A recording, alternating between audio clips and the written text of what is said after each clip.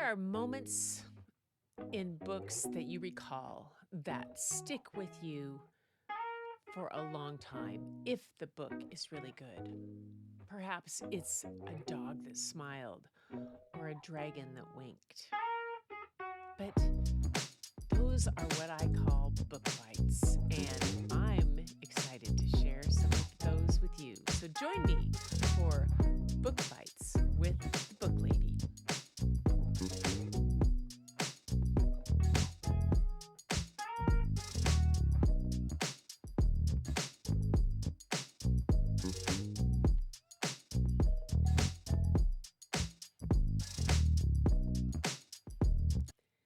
Hi, my name is Gretchen Shepherd, and I am here to share some wonderful things with you about my passion for children's literature.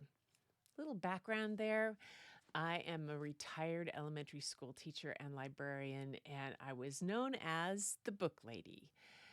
Not only am I a photographer as a visual artist, but I am also a vocal artist. My background before becoming a teacher was in oral interpretation of literature, and I loved bringing books to life and plays and all poetry and all those type of things.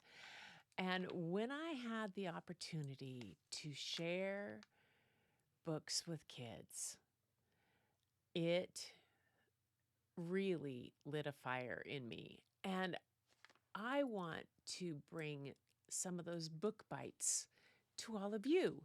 And maybe it'll be a book that you read or that you was stuck in your memory, but you can't quite remember, or you're looking for something for someone special, a child in your life who is looking for something to read. That's what this is all about. I'm going to share with you snippets, book hooks from some of my favorite books that I read to students over the years. I taught school for 35 years, and I had a huge collection of personal children's books. I was Best Customer of the Year for 3 years running at Secret Garden Bookstore in the Pacific Northwest, which was considered the most popular bookstore for children in all of the greater Pacific Northwest area.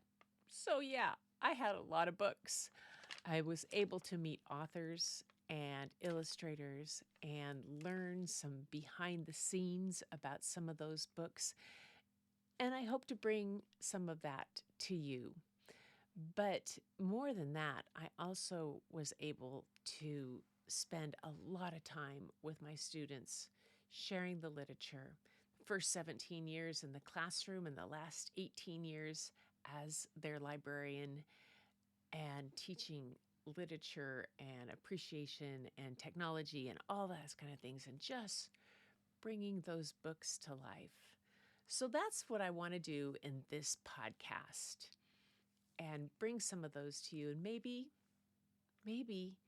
you'll get a chance to listen to them, hear a little bit, and maybe go on and look for the book yourself.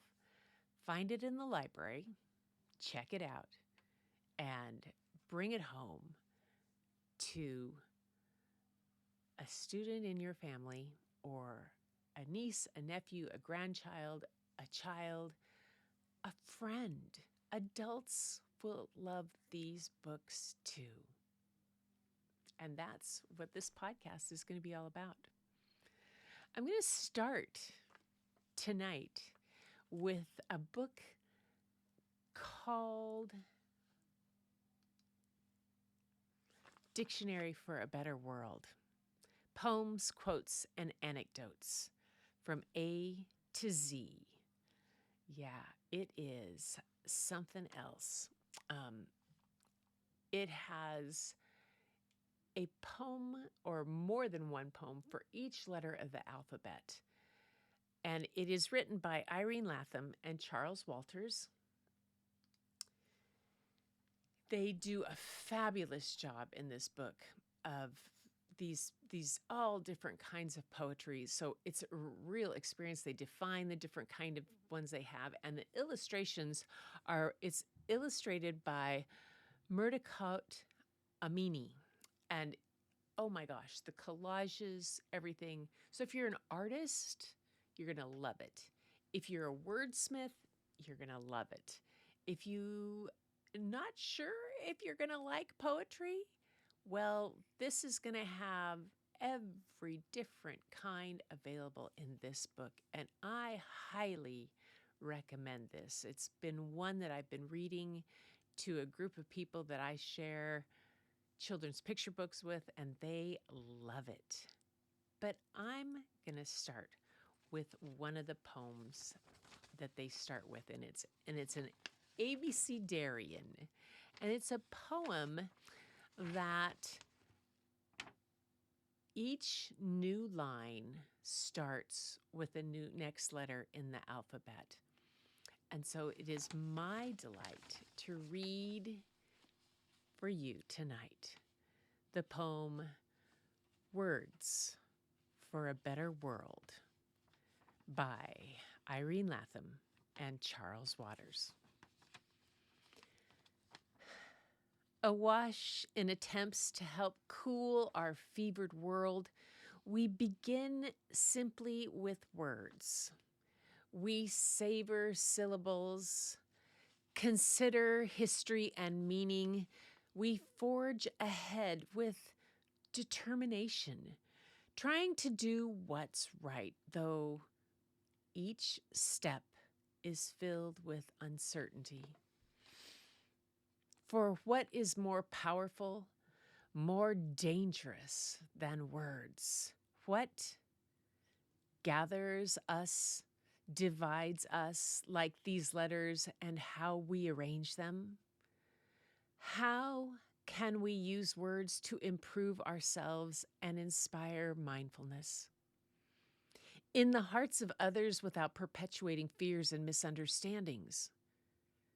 Just try, a small voice whispers.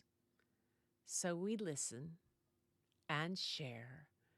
We ponder karma and courage, tenacity and hope.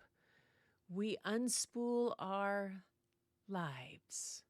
Remembering triumphs and failures, we write, making poems that celebrate acceptance, freedom, respect, building each necessary step to show more compassion and gratitude.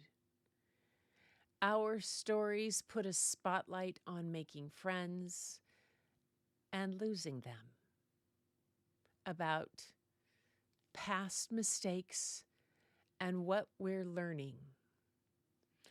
In this never-ending quest to change the world, we challenge ourselves with new forms. Roundel, charita, limerick, shadorma. We abandon complacency, search within ourselves for how to be change makers, not thinking we have all the answers. Now we listen to opposing views with an open spirit. Understanding takes time. We must be patient as our new vocabulary takes root, trusting that change will one day bloom. We're unsure, yet willing to bring our authentic selves to you, not some Xeroxed copy of who we wish to be. This is our moment. Please join us. You can start with any words you choose. Read with empathy and zest. Zoom into each new moment, ready to bring your best self to the world. Words for a Better World.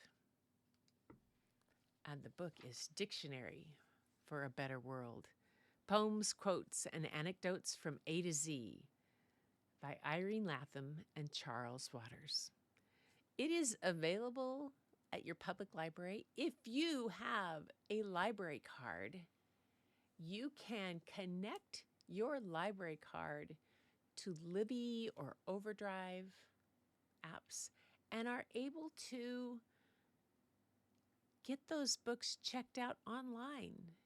I have mine right here in front of me on my screen.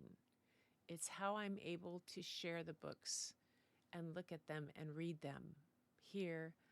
I also have physical copies sometimes that I go to the library.